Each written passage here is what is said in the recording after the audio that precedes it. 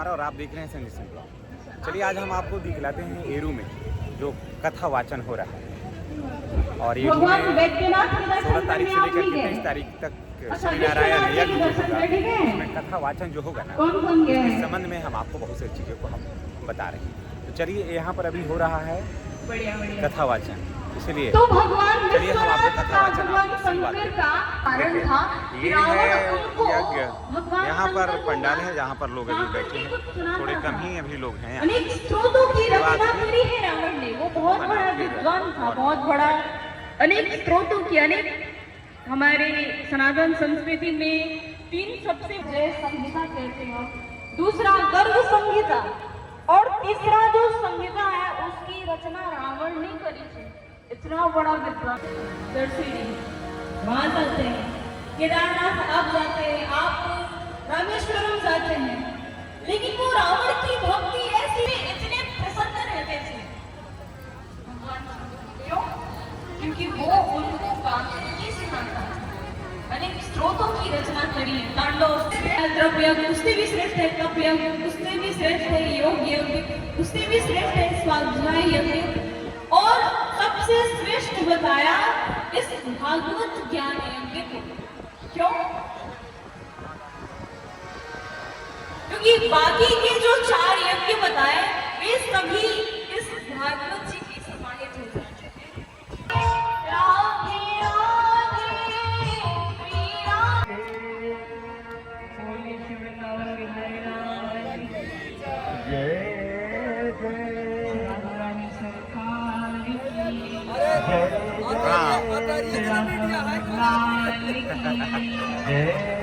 जय।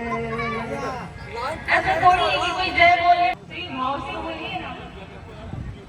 बोलिए श्री रामचंद्र भगवान की जय जय, समस्त भक्तन की जय जय, श्री वृंदावन धाम की जय जय, श्री अयोध्या श्री काशी धाम की जय जय, श्री गया धाम की जय जय जय, श्री राधे जय जय श्री राधे।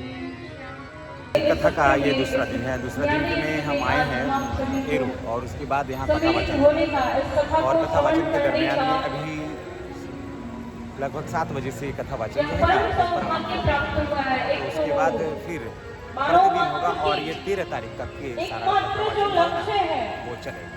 तो आपसे मेरी गुजारिश है कि आप और हर कथा को देखने के लोग जो हैं वो आ रहे भी हैं, और लोग आ भी रहे हैं घर के कामों से संपन्न करके लोग करके। चलिए हम आपको कथा के आपको हम दिखलाते हैं क्यों आगे और क्या भगवान सूर्य नारायण मंटू सिंह जी के सानिध्य में हमारे मुखी यजमान परिवार से शैलेंद्र सिंह जी एवं श्रीमती पम्मी सिंह जी के सानिध्य में यह यज्ञ का एवं आप समस्त ग्रामवासियों के सानिध्य में इस यज्ञ का आयोजन हुआ है। ऐसा सुयोग्य और संयोग्य प्रायशः बन नहीं पाता।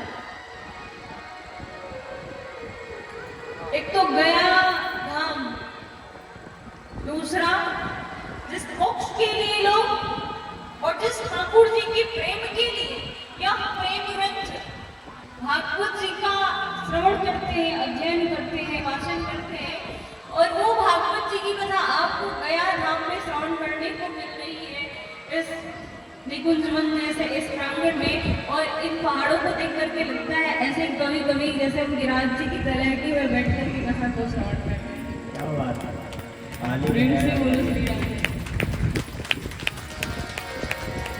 तो ऐसा अवसर और संयोग आप सभी को बार बार नहीं मिलेगा,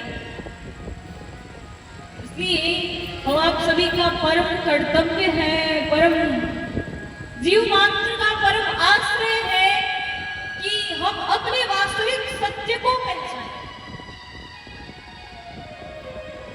सत्य क्या है? सत्य कहिए जो विनसे ना है। सत्य वो है जिसका कभी विनाश नहीं होता, नाभावो विद्यते सतः। सत्य वो है जिसका कभी अभाव नहीं होता, जो कभी खत्म नहीं होता, जिसका कभी विनाश नहीं होता। वो सत्य स्वरूप क्या है? वो सत्य स्वरूप परमात्मा है। प्रथम दिन की कथा को जिन्होंने ध्यान से श्रवण किया है, उन्हें पता है ठाकुर जी का स्वरूप क्या है।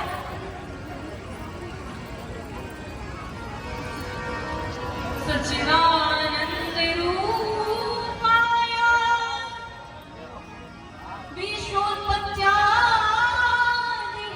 विश्वोत्पत्त्यादिहेतवे पापत्रय विनाशाय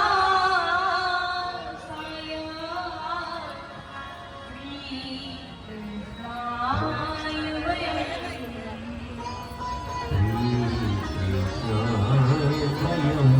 सच्चित और आनंद, ये ठाकुर परमात्मा आनंद स्वरूप नहीं कहेंगे, स्वयं आनंद ही है।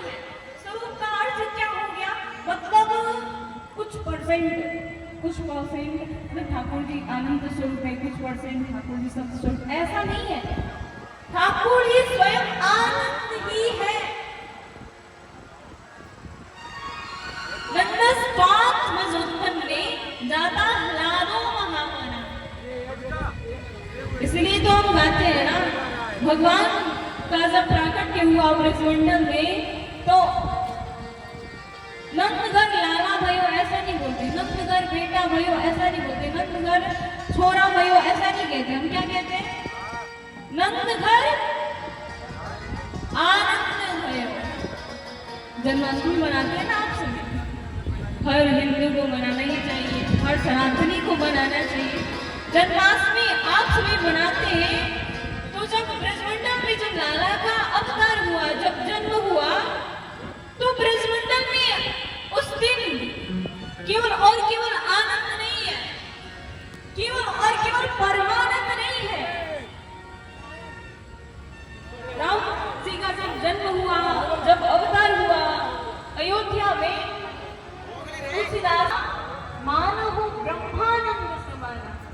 आज सिर्फ आनंद नहीं, आज सिर्फ परमानंद नहीं, आज तो ब्रह्मानंद स्वरूप नहीं, ठाकुर जी स्वयं ही आनंद है।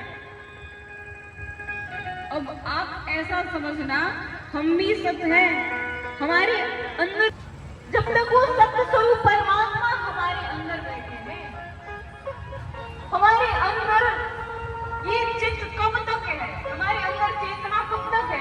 जब तक ठाकुर जी को जो गिनती की अंदर वो चित्त स्वरूप, वो चेतना स्वरूप परमात्मा ही हमारे अंदर बैठे हैं। चित्त का अर्थ क्या है? चित्त चैतन्य सकल घटमान, वो समस्त संसार में बैठा है, वो हमारे अंदर भी है, वो आपके अंदर भी है, वो चेटी के अंदर भी है, वो हाथी के अंदर भी है। जब वो जो भी निकल जाती है और इस आत्मा को मय हो जाती है, परमात्मा में विलीन हो जाती है, तो खुद का बेटा भी कहेगा, अरे इन्हें जल्दी उतारो। आप देख रहे हैं यहाँ जो जग है और कथा वाचन हो रहा है, तो ये सारा जो है वो आप देख रहे हैं एरू से, और हम एरू में हैं, ठीक वो पंडाल में जहाँ पर कथा वाचन हो रहा है। तो आपसे मेरा रिक्वेस्ट है कि आप इस कथा वाचन में आप आइए और इस पूरी कथा वाचन का ना भरपूर आप आनंद लें। और देखिए काफ़ी विशाल है इसका। चलिए अब हम आपको मेला दिखलाते हैं, मेला में क्या कुछ है, इन बातों को हम आपको रूबरू कराते हैं। चलिए हम आपको मेला दिखलाते हैं कि मेला में क्या कुछ है।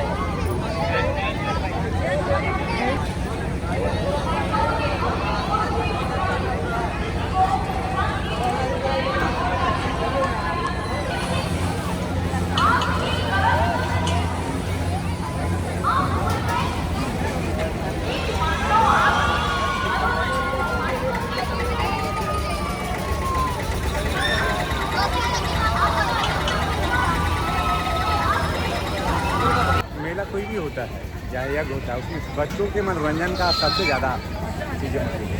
और बच्चों का मनोरंजन का नहीं हो तो हर जो मेला होता है ना वो बिल्कुल पूरा होता है। तो एरो में जो लगा हो रहा है जब उसमें बच्चों के मनोरंजन का ढेर सारा सामान है, ढेर सारे मनोरंजन का है, जहाँ पर बच्चे जो है ना कहीं नाव है, कहीं झूला है, कहीं कुछ करके बच्चे जो है इससे मेला ले रहे हैं।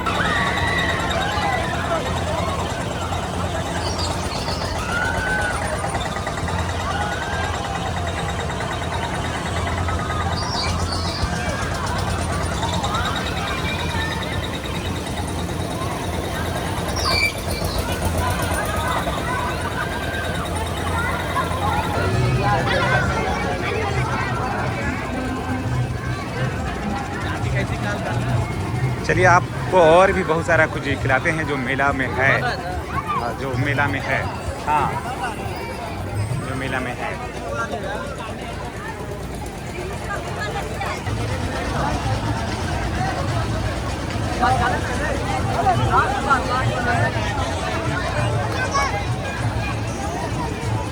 चलिए इसके बाद मेला में बच्चों के लिए मनोरंजन का और भी कई साधन हैं और भी कई चीज़ें हैं जिसे हम आपको दिखलाते हैं अपने वीडियो के माध्यम से।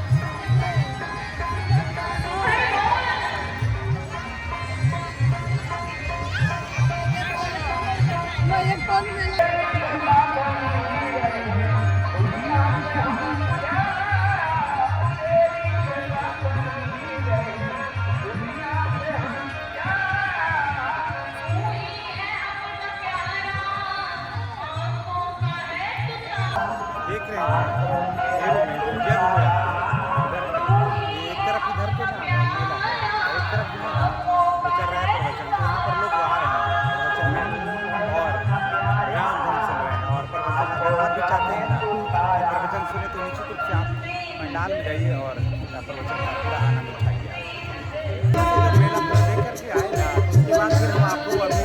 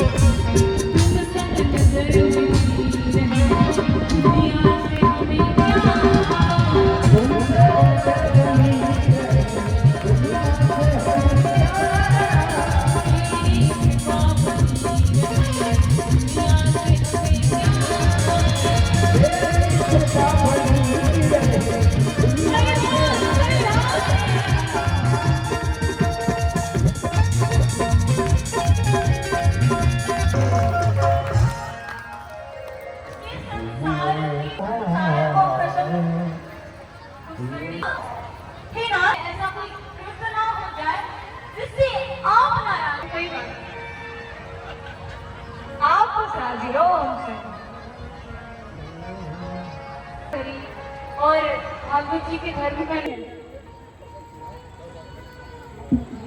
मृत्यु को गिन रहा है।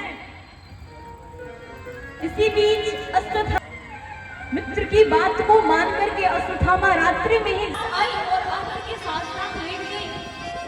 ठाकुर जी ने कुछ किसी को कुछ समझ नहीं आता, सभी आसपास में खड़े हैं, मैया कुंती खड़ी है, द्रौपदी खड़ी है, सुभद्रा भगवान से इतना प्रार्थना करती है, हे नाथ मुझे भले ही कुछ हो जाए,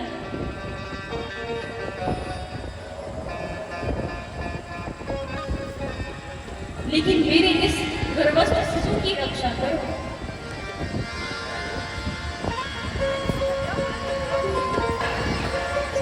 आप सभी ऐसे बैठता हो कुछ हमारा ऐसे कुछ डिस्टर्बेंस नहीं, कुछ गलत